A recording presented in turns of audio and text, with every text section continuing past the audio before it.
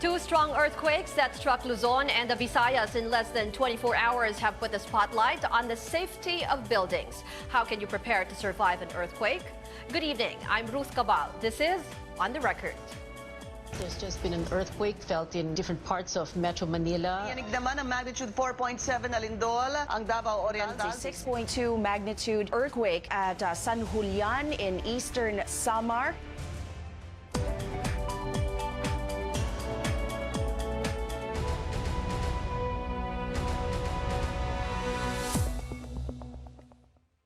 Our guests for this episode, Engineer Frederick Sison from the Association of Structural Engineers of the Philippines, or ASEP.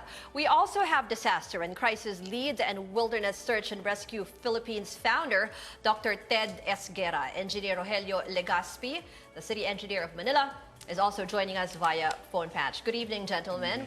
So I'm looking at figures from the NDRRMC, Region 3. 16 dead at least because of the magnitude 6.1 earthquake. Most of the fatalities are from the Chusan supermarket in Porac, Pampanga. We just got new CCTV videos from that. Before we start our discussion, tignan muna natin itong mga videos.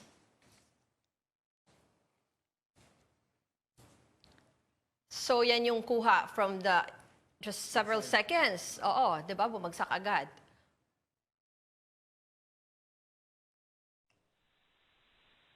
It was just released today, kaya ngayon lang din natin nakikita. So, yun nga, Engineer, si President Duterte is saying na there could have been possible shortcuts daw sa construction, gusto niyang imbestigahan yung may-ari. Looking at the videos and looking at yung mismong site sa Porac, anong nakikita niyo how it collapsed and the structure itself? Well, from what I heard, initially they said it was a two-story building and then it was later on converted to a four-story. So the question is, was it designed to carry the four-story? Or if it was changed, was during the renovation, was it reviewed properly and so on? Plus, yun nga, Porac is also, the soil in Porac is ano siya, medyo sandy. So there is also possibility of the soil might have been in liquefaction and things like that. But I think the major point is, was it considered to be a four-story building or just a two-story building? So ano bang problema doon? Kasi DPWH is saying, pag ganun nga, yung foundation ba ng building? Yeah, if it was designed for a two-story, so yung additional loads, hindi na kaya ng mga poste niya. So obviously, pag kung hindi na kaya, then there's a really big possibility na magbibigay siya.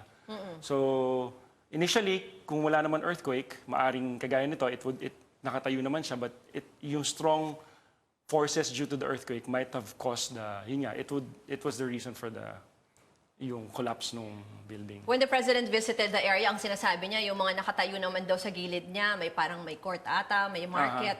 Hindi naman bumagsak ng ganun. Yeah, so actually nga yun yung one of our parang if it was how come it's only one structure that collapsed in that area, samantala yung other structures there were still standing. So kaya yung question is, was there parang pagkukulang kumbaga sa design or sa construction? Pag ganun, kailangan ini-inform. Sinong dapat ini-inform pag may change in design? The building official, of course, yung local government. Usually for any changes, papa-approval it sila. It's going to the process of constructing a new building. You go to the process of getting a permit, tapos they issue a occupancy permit for any change dun sa building mo. So pag ganito, dapat tinignan kung in-approve ba yan or kung nasundan yung dapat na preparations for like the foundation nga. Yeah, kung nagkaroon ng rectifications to handle that number of stories ng building. Si Dr. Ted was there during rescue operations. Kayo, anong napansin nyo? What was the hardest part dun sa rescue operations? It was my team that went there. So I was just coordinating. The first few teams that arrived outside Manila. So I called up Bulacan Rescue, their nearest. Why I called up Bulacan Rescue under this Mungkal? Because they have equipage for urban search and rescue, which is designed for structural collapse. Number two, because I'm the founder of WISAR, so I can just mobilize WISAR right away, and they're used to respond with least equipment and logistical support. And also I contacted RAHA. These are volunteer arms. So when they went there, actually they were able to recover 3. So I was given update from time to time, even videos on how they do the access. So addressing to structural collapse, you have to have special skills. Gladly, we have trainings here. Unlike before that, like you saw, I got it from Japan and I got it from Singapore. Today, it's available in Pasig in RED. So most of them are graduate from RED and they were able to employ the procedure. The hardest thing about USAR is breaching because Ano ibig sabihin nun? breach you have to Pag natabunan ka ng pader, break ganyan. walls and you stabilize areas, you use struts, rams, you buttress so that the movement area will be stable. And when I say stability, it should also withstand, like for example, if there are aftershocks, Yeah.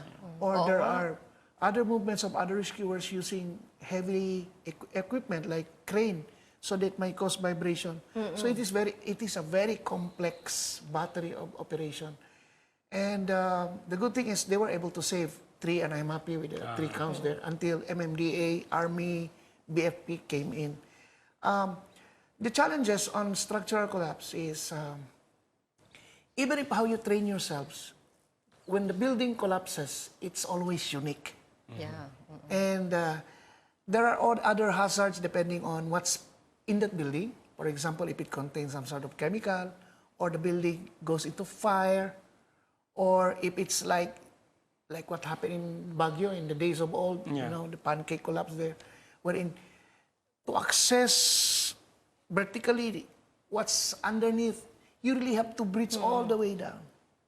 And of course, in recent times like this, we have this light locator. It's a machine that we put on top, and within 30 feet, it can already monitor movement, so it blinks. Okay. At 15 feet, other than the movement, it can monitor breathing. Unlike before that we don't have such things. We rely on dogs. And the ugly thing about dogs is they are also subject to stress, particularly if you ship them from Manila to, for example, Manila to Pampanga. So they are subject to travel stress. And when the building collapses also, you will, of course, there are fumes, which affects the olfactory terminals of the dog. So, but somehow, this USAR is a complex of operation. They have logistics, command and control, we have the search and rescue, and of course, we have the pre-hospital care unit. Pero I want to ask you both gentlemen, pag mga ganitong buildings, ano ba yung like kayo in terms of rescue or yung nakikita nyong deficiencies or defects, ano ba yung usual na problema sa mga ganitong commercial buildings, or wala bang exit or dikit-dikit ba yung pagko-construct ng building? Well, in terms of the structural, again, if it wasn't designed, usually what we're afraid of is buildings that were not engineered, kumbaga. Kumbaga, hindi na design ng engineer. So usually, yung bakal niyan, either kulang siya, yung ties, kulang or maluwag yung spacing. So usually, yun yung meron tayo kasing mga vulnerabilities that we see. Some structures are more vulnerable than the other structures. So depending sa configuration niya. So usually usually engineers talaga, yung structural engineers, yung nakakakita ng mga ganyang bagay. So for most of the structures that are not engineered, yan yung typical na nagiging failure niya. Dr. Ted, pag nagre-rescue operations kayo, ano nakikita yung mali doon sa mga structures? Yung part ng culture natin kasi is we are not yet so matured in coming up with earthquake engineering, unlike what I see in Japan. Other countries, yeah. We are people we fancy ourselves with aesthetics. So our buildings are rigged with glass panels na Gusto basta natin maganda lang, tignan, oo. And you see sometimes, in the building where I work, yung isang understructure na are made of tiles. So if I have to evacuate crossing that corridor, so may potential. So imagine, not directly, during the first wave, structures might be weakened. So during evacuation, when there's aftershock, baka doon ako mabagsakan. So one thing leads to another. Just because the basic thing, the baseline is we did not perfect it like creating really the earthquake engineering thing. Another problem that I encounter as responder is we are not into sensing the sensors. Our building have no sensors. correct. Okay. Oo. We don't know when to evacuate. Sensors for Ground shaking. Oo, may accelerometer. Yeah, accelerometers. I can a sensor that can determine acceleration, displacement, Displacements, yeah. density, and then okay. even tilt meters, stress sensors, inclinometers, like those, so that if they're available and they are attached to the mainframe, and it's programmed like this building, we are to evacuate at 6. So when it hits 6, then it creates an alarm, then Yeah. we evacuate. So because most of the buildings are not equipped with such, so we just evacuate tansya-tansya lang. Yeah. So when we evacuate tansya lang, we cannot assess the building. We rely on the physical... Kung hindi naman kailangan, baka mas safe para hindi magpanic. Pero Dr. Ted, balikan natin yung ating usapan tungkol dyan. We'll take a short break. When we come back, we'll talk about yung very graphic na video nung Emilio Aguinaldo College sa Manila na nakatilt. No? So, balikan natin yan mamaya. You're on the record.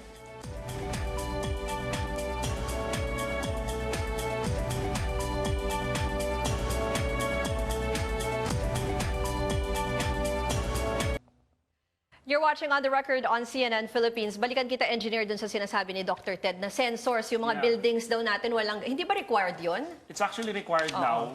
May memorandum na yung DPWH and mga LGUs that for a certain type of buildings, depending on the height, depending on the occupancy, depending on yung importance ng building, they're required to have yung mga sensors na yun. Sensors, So basically, the idea is to have sensors located at least certain areas of the building to monitor yung, kasi kagaya naman yung sa lindol ngayon, nakita natin sa videos yung mga gumagalaw. So at least we monitor those things. So there's a threshold kasi. We design it to a certain displacement kung hanggang saan kaya niya mag-displace. Kasi sabi nga, wag matakot kasi sadyang yung ibang buildings talagang nagsasway. Actually, the principle of design now, dati kasi gusto natin massive eh. Ngayon, mas okay daw pala yung mas nagsisway siya with the ano. So, but of course, there's a certain limit. So the sensors basically would tell you yung thresholds niya, kung na-reach niya na ba yung limit na yon. And then based on that, we can actually decide initially kung safe pa ba yung building. So, ganun. And then at the same time, it can also be used as an alarm. So, pag nag-reach yung certain intensity, it can trigger alarm, same as a fire detection system, para mag-vacate yung mga tao.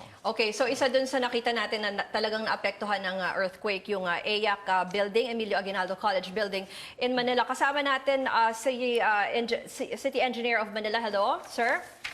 Yes, good Si Engineer evening. Legaspi, yes. Oo. Engineer Legaspi, ano ba nangyari dito? Kasi kitang-kita na talagang nag-tilt eh. Talagang parang nakadikit o nakasandal dun sa katabing building itong AYAC. Ano po bang nangyari? Actually, ma'am, nung ongoing construction pa lang yung adjacent building, magkadikit na sila. Pero nakasandal lang ganun, sir? Nakadikit na po talaga sila. Ah, okay. Bakit May po? picture kami na nung ongoing pa lang yung adjacent building, magkadikit na talaga sila. Pwede po bang mangyari yun?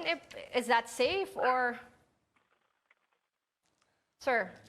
Yes po. Oo, Yun yung nga design na yun, situation pwede bang ganun talaga sila magkadikit? Nung property line nila, nagtayo tong adjacent, vertical, magkadikit na talaga sila. Meron ngang portion na nag-encroach yung baluster doon sa adjacent na ni-remove pa ng adjacent. Okay, so kahit na, kasi ito yung nakikita nating video, parang nakadagan or parang naka-tilt yung AYAC dun sa kabilang building. Opo, dahil yun nga, nung ongoing pa lang po sila, ongoing pa lang tong adjacent building, yung bagong restructure, magkadikit na talaga sila sa taas na level. So you're telling us na that was not caused by the earthquake? The tilting? Kaya po, yun po ang situation na real situation. Magkadikit na sila, ongoing pa lang nung adjacent building. Oo nga po. So hindi ho siya dumikit dahil dun sa nangyaring lindol? Kaya po, hindi pa naman, unless proven na nag-tilt siya. Kaya po may mga kinokondak na mga test, yung kung meron bang tilting na nangyari. May mga test po sila, may further investigation pong ginagawa ang committee na kinrate ng DPWH, yung composed team, composed ng mga ASEP, ng PICE, ng DPWH, ng local po. At may kinomisyon na rin pong dalawang consulting engineers, consultant ang AIAC to check yung structural stability ng building. Pero pag ganyan po kalapit, pwede po ba yan? Pinapayagan po yan ng engineering office na ganyan kadikit yung dalawang separate buildings? Apo. Engineer? Building code po. Nasa property line. Engineer, can you repeat your answer, sir? Opo, nasa property line po kasi itong adjacent property within property line nila.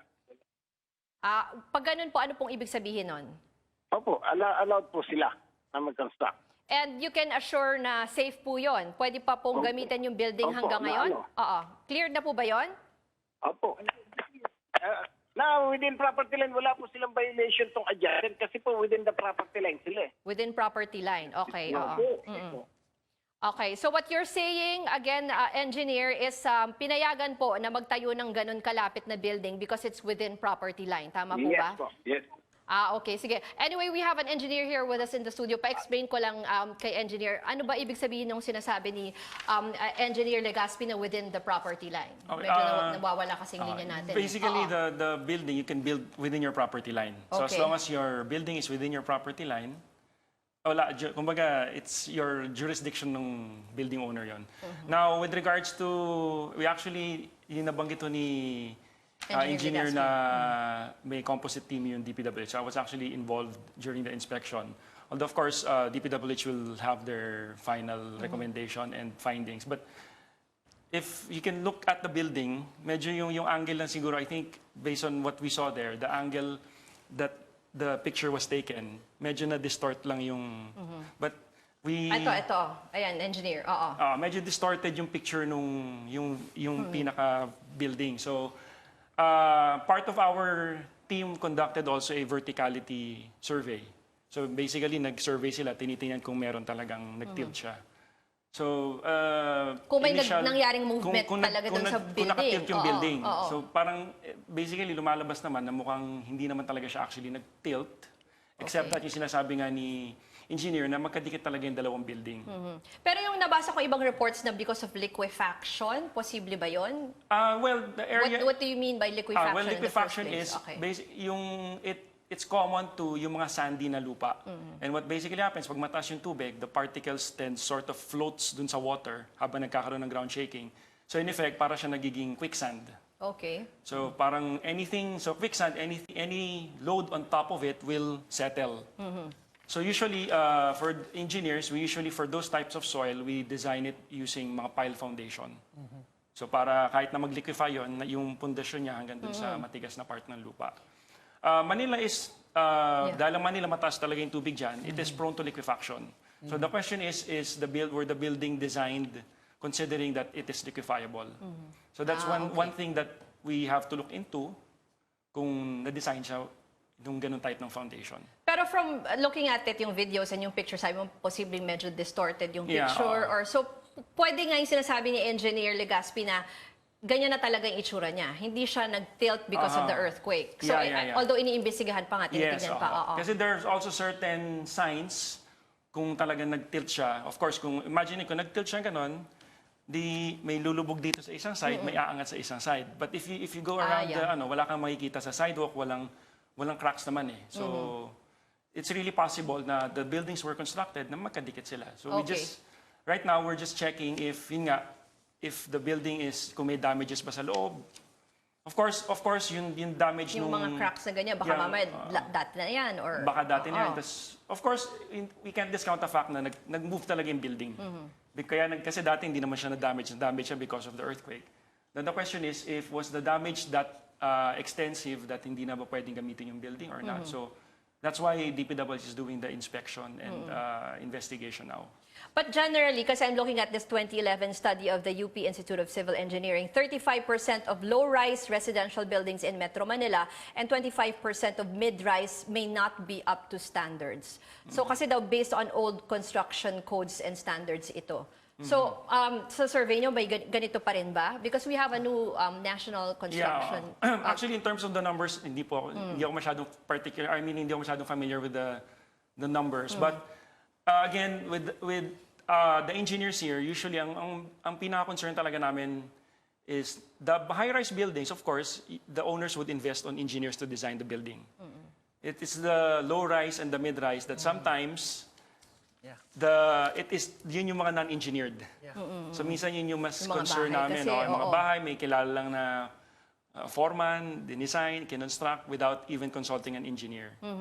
Pag ganito ba, Dr. Ted, anong tinitingnan nyo? Kunwari, you're made to check also a building in terms of how to evacuate, yung safety features ng building. Ano ba dapat ang pinaka-importante? Yeah, on the side of evacuation, syempre titingnan namin 'yon. No, if it's really favorable for evacuation, there might be buildings na they easily tend to collapse and they will lack corridors. Number two, if we are the rescue teams and we are outside, of course we are to go inside. So we really have to look at it at the 6, 12, 3, 9, or if we have helicopters to infill on top. And during operations, when we do building search, we do it by level. So if we can access, like we use ladders so that we will not use staircases. If we use staircases, it's graduated. If we are trapped somewhere there, then that's gonna be a problem, like what happened during the September 11. So we have to do it in a graduated manner. One of the tedious and the most, I'm so afraid to perform is always the building search. It's very messy, particularly if there are internal structures which got destroyed during the tremor, and there is the challenge that there are people inside, you don't know where. And the third thing is there is no availability of the engineer to give me a blueprint, and I'm going blind inside. And the third thing, if there are other hazards like presence of smoke or other gases which are detrimental to my performance. So I have to use the SCBA. So when I use SCBA, it has, a lifespan depending on how I breathe.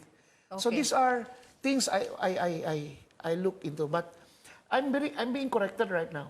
Because on the camera, I saw it looks like it's tilted. So if I'm to operate on a building, I have to have a time frame. But when we talked a while ago, so it was just for me some sort of an optical illusion.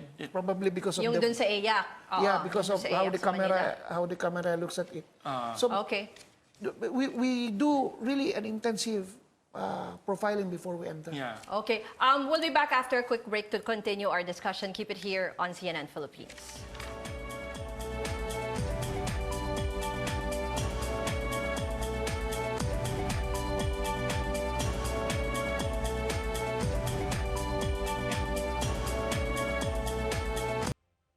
Thanks for staying with us. This is On the Record on CNN Philippines. So, yun nga, engineer, are most of the buildings here in the Philippines earthquake resilient?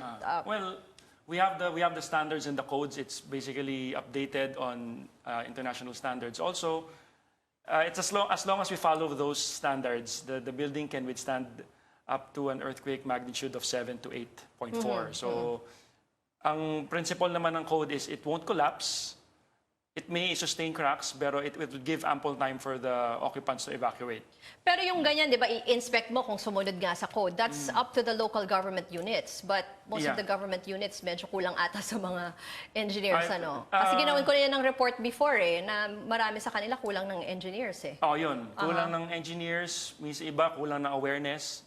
Actually, the association and the organization, PIC and ASEP, we're trying to really parang do awareness training and awareness seminars to LGUs tsaka engineers kasi nga yun yung feeling namin na we sort of lack.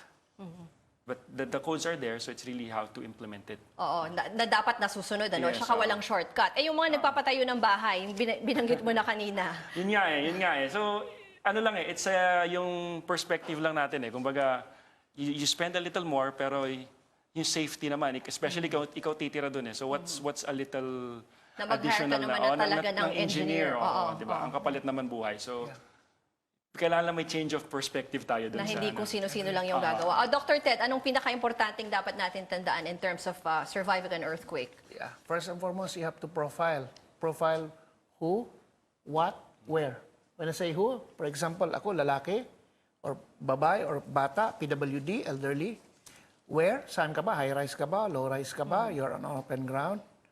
And ilan? Ilan kayo? So, for example, high-rise ako. So, when we should know, we should create a plan.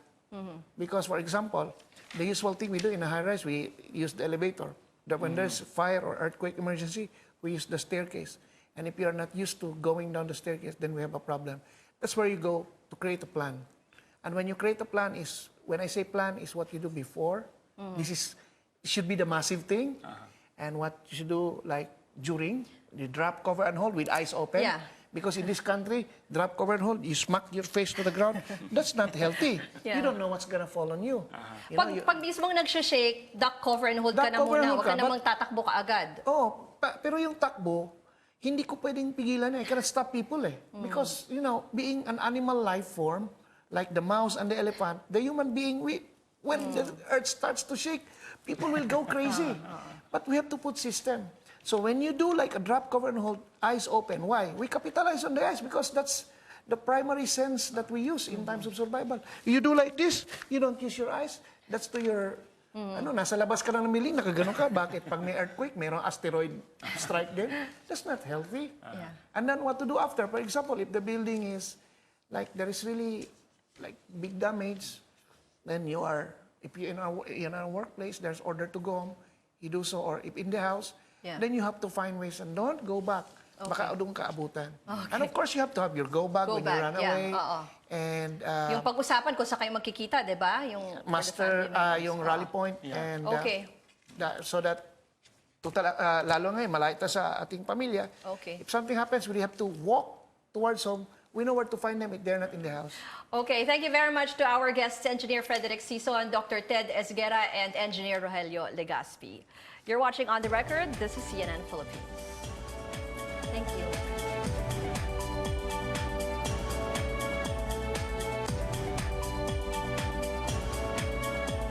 There's just been an earthquake felt in different parts of Metro Manila. Yanig naman ang magnitude 4.7 na lindol ang Davao Oriental. 6.2 magnitude earthquake at San Julian in eastern Samar.